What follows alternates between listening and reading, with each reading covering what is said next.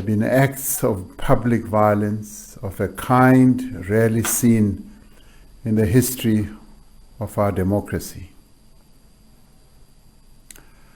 Property has been vandalized and destroyed. Shops have been looted.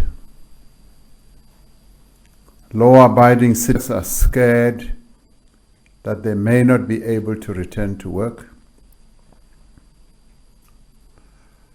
People have died. At this hour, there are several families in our country that are in deep mourning. For the past 2 days, Gauteng has experienced the blocking of roads, looting. Thanks to the work of our law enforcement agencies, 166 suspects have been arrested in KwaZulu-Natal, and 323 suspects have been arrested in Gauteng in relation to these incidents. Nevertheless, violence is continuing in many parts of these 2 provinces as a form of political protest.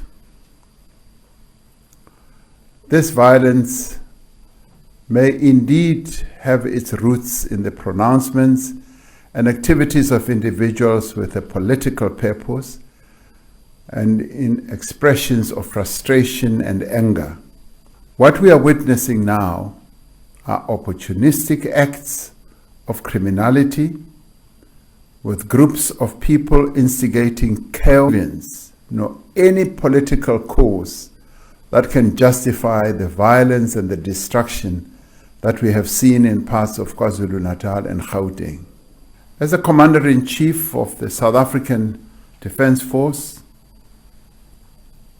and our security forces, I have today authorized the deployment of the National Joint Operation and Intelligence Structure known as NetJoints, has intensified deployments in all the affected areas in KwaZulu-Natal and in Gauteng.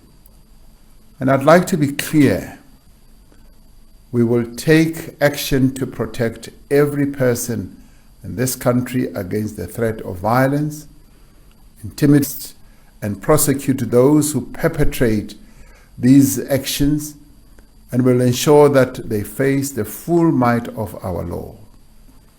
There is also a danger that our vaccination program will be disrupted in some areas, just as we need to significantly expand this.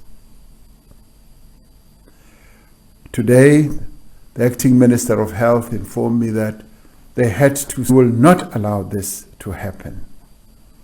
But we also remember that as we were preparing for democratic change, we came together as a society to end the violence that was buisane hore dintwa di fele mahara rona.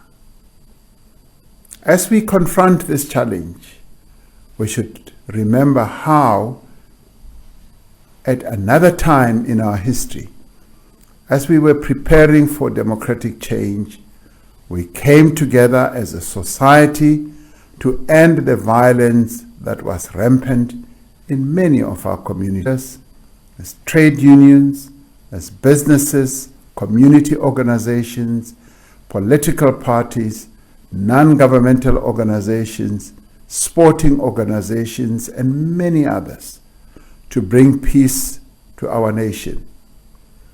Now we need to come together once again. We were there when no other newspaper dared print on a Sunday, when the war to end all wars was declared, when one of our own reached for the stars, and when small acts of defiance opened the world's eyes. We were there when a heart got a second chance at beating, when a great rivalry ignited, and when a country rose out of the depths of division to unite. Because for 115 years, we've been bringing you the right now. Sunday Times, the paper for the people.